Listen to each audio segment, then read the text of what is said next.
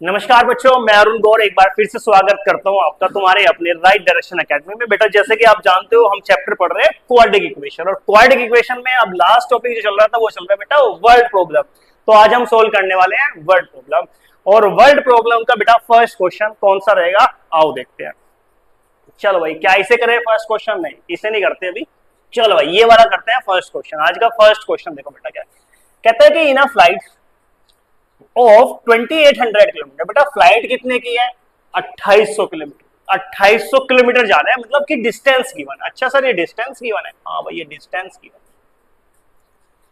N aircraft वो sloped down due to bad weather. बेटा आप देखो, आजकल बरसात का मौसम है, तो बारिश या वेदर खराब होने के कारण जो आपके पास एयरक्राफ्ट थी बेटा, वो किसी कारण से लेट हो जाती है, ठीक है ना, स्लो हो जाती है।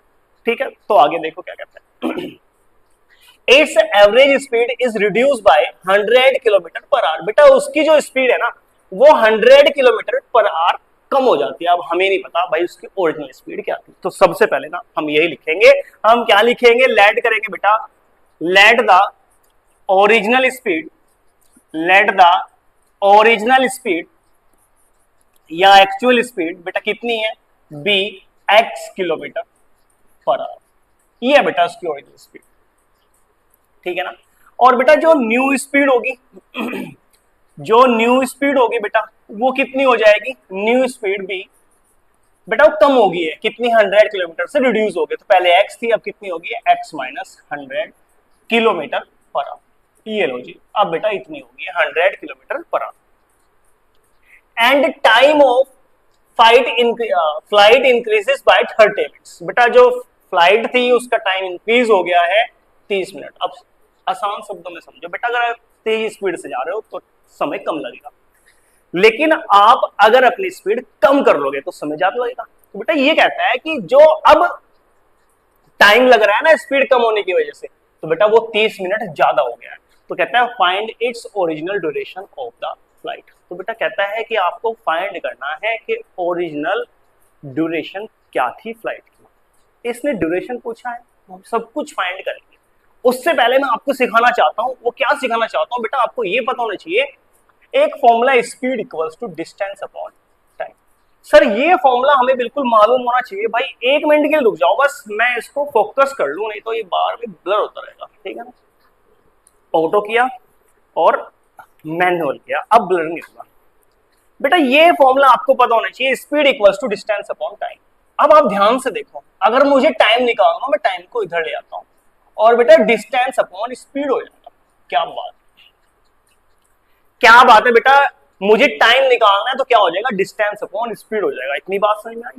चलो अब देखो बेटा, ओरिजिनल स्पीड कितनी थी? इतनी थी। न्यू स्पीड कितनी है सर? इतनी है। बेटा टोटल डिस्टेंस जो दोनों में था, तो टोटल डिस्टेंस आपके पास कितना है? वो गिवन था हमारे पास बेटा, वो कितना है? कितना है? 2800 किलोमीटर। अब देखो अकॉर्डिंग टू क्वेश्चन, भाई समय किस में ज्यादा लग रहा होगा? इसमें स्पीड कम रही, ठीक है ना। स्पीड कम कौन सी कंडीशन में थी सर? इसमें थी।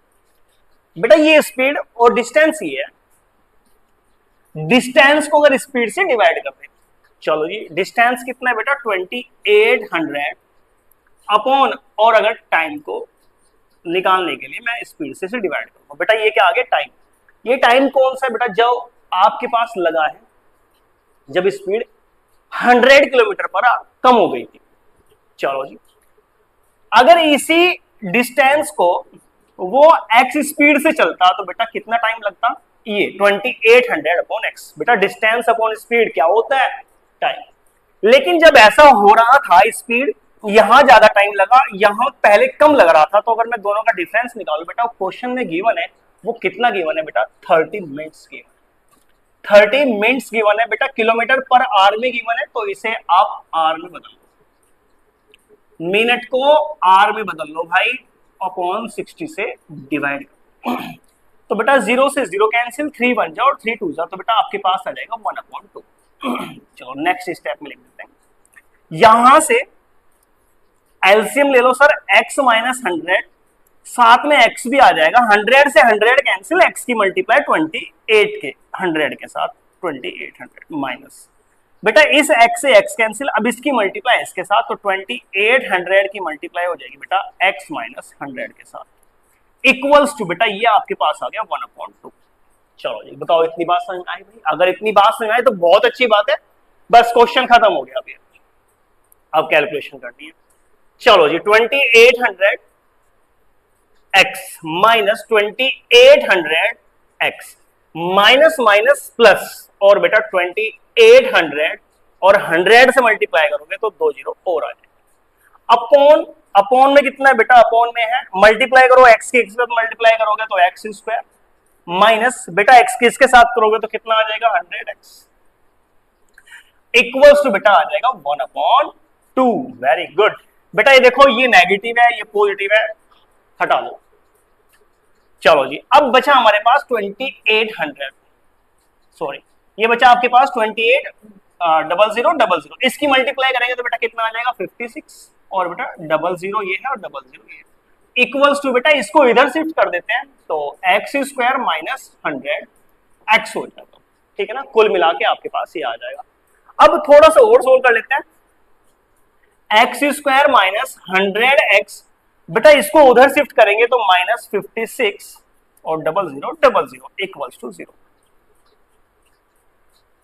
चलो अब इक्वेशन को सही से लिखो, एक्स स्क्वायर माइनस 100x और माइनस 56, 5 लाख और भाई 60,000 ये और इक्वल्स टू 0। बेटा क्वाड्रेटिक इक्वेशन बन गया हमारे पास, क्या बन गया बेटा? क्वाड्रेटिक इक्वेशन बन गया। अब हमें क्या करना है? इसके फैक्टर करना है। क्या करना है बेटा? इसके हमें फैक्टर करना है। चलो बच्चों इसके फैक्टर करो, इसके फैक्टर क्या होंगे? क्या आप बता सकते हो इसके फैक्टर क्या होंगे? भाई इसके निकालो फैक्टर, निकालो बच्चों निकालो, फैक्टर करो इसके। भाई हमारे पास इक्वेशन आई है एक्स स्क्वायर माइनस 100x और माइनस 56 00 5 लाख 60,000। चलो भाई आपके पास इक्वेशन है बेटा एक्स स्क्वायर माइनस 100x और माइनस 56 00 भाई इसके फैक्टर करने हैं। देखो कांस्टेंट टर्म कैसी है बेटा? नेगेटिव है। कांस्टेंट टर्म कैसी है? नेगेटिव। अगर नेगेटिव टर्म है ना तो आपको ऐसे सोचना है कि जो मिडल में कितना है 100 माइनस करके, तो बेटा वो आपके पास एक तो होगा 800 एक होगा 7, माइनस करके 100 आएगा, मल्टीप्लाई करोगे 56 और 4 जीरो आ जाएगी जो कि हमें चाहिए। और इसने कहा है कि मिडिल टर्म भी नेगेटिव होनी चाहिए, देखो तो बेटा बड़े वाले को माइनस कर दो, ठीक है भाई। चलो तो इसका मतलब sir x square minus 800x और माइनस प्लस 700x और माइनस 56 दो एक यहाँ से कॉमन लेंगे x तो बचेगा x माइनस 800, यहाँ से कॉमन लेंगे प्लस 700 तो बचेगा x माइनस 8 इक्वल टू 0। तो क्या आपके पास x माइनस 800 और भाई x प्लस 700 इक्वल टू 0। यहाँ से एक बार x माइनस 800 को इक्वल टू 0 पकड़ो और भाई एक बार x प्लस 700 को इक्वल टू 0 पकड़ो। बेटा ये x की वैल्यू कितनी आ जाएगी? माइनस 700। इसको तो हम नहीं लेंगे, स्पीड नेगेटिव नहीं हो सकती, तो बेटा x इक्वल टू कितना आ जाएगा 800। तो आपके पास किलोमीटर पर आ गया क्योंकि हमने ओरिजिनल स्पीड लेट की थी। बेटा ये ओरिजिनल स्पीड आपके पास, ओरिजिनल स्पीड आपके पास ये हो गई, ठीक है ना। उसने कहा था कि 100 कम हो गई है, ठीक है ना, तो इसका मतलब जो आपके पास न्यू स्पीड थी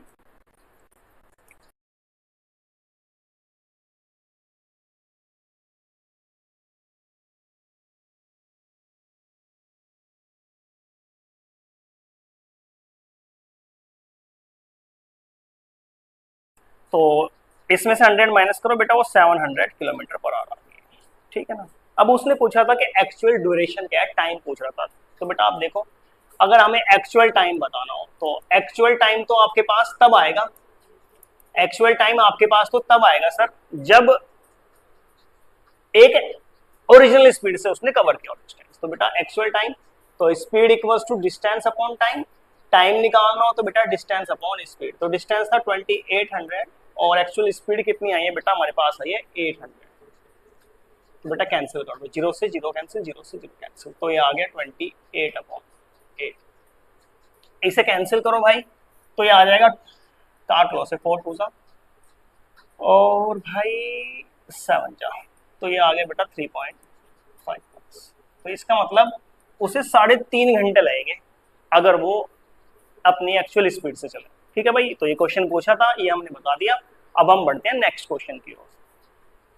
नेक्स्ट क्वेश्चन देखो बेटा क्या है, स्क्वायर ऑफ इज सन। यार ऐसे क्वेश्चन मैंने करा दिया डिस्कस, इसे नहीं करना भाई, ठीक है ना।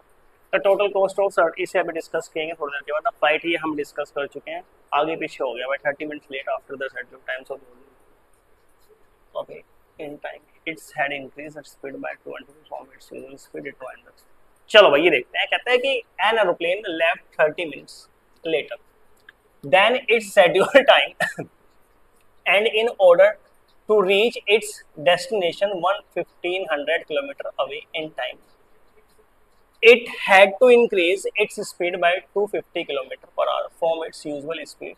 Determine its usual speed. देखो भाई ये क्या कह रहा है, आपके पास डिस्टेंस कितना गिवन है बेटा, डिस्टेंस गिवन है 250 किलोमीटर पर, नहीं सॉरी 1500 किलोमीटर, ये तो डिस्टेंस गिवन। तो चलो सबसे पहले डिस्टेंस देख लो बेटा। क्वेश्चन में क्या गिवन है, डिस्टेंस गिवन है आपके पास, और डिस्टेंस कितना गिवन है 1500 किलोमीटर, ठीक है ना।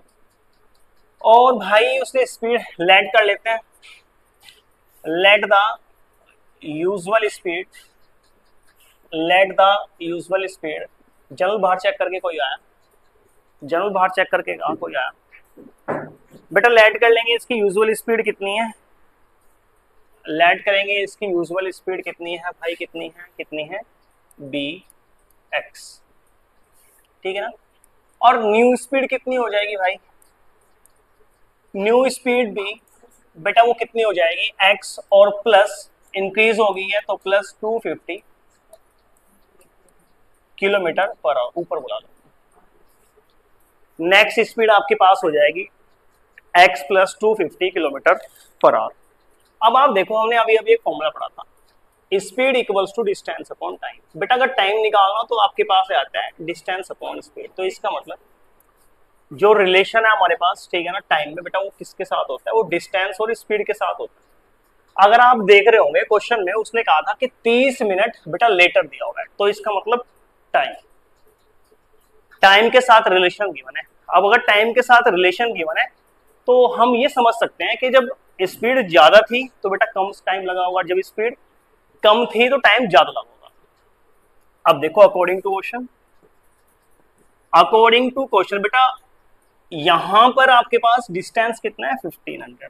अगर मैं डिस्टेंस को स्पीड से डिवाइड कर दूं, बेटा स्पीड ज्यादा यहाँ है x प्लस 250, और इसको बेटा एक बार मैं डिवाइड कर देता हूँ इसकी यूजुअल स्पीड से, और अगर मैं इन दोनों का डिफरेंस करूंगा तो आपके पास कितना टाइम गिवन है बेटा 30 मिनट्स थी बेटा। आवर्स में करने के लिए 60 से मैं कर देता हूँ डिवाइड। जी नमस्ते।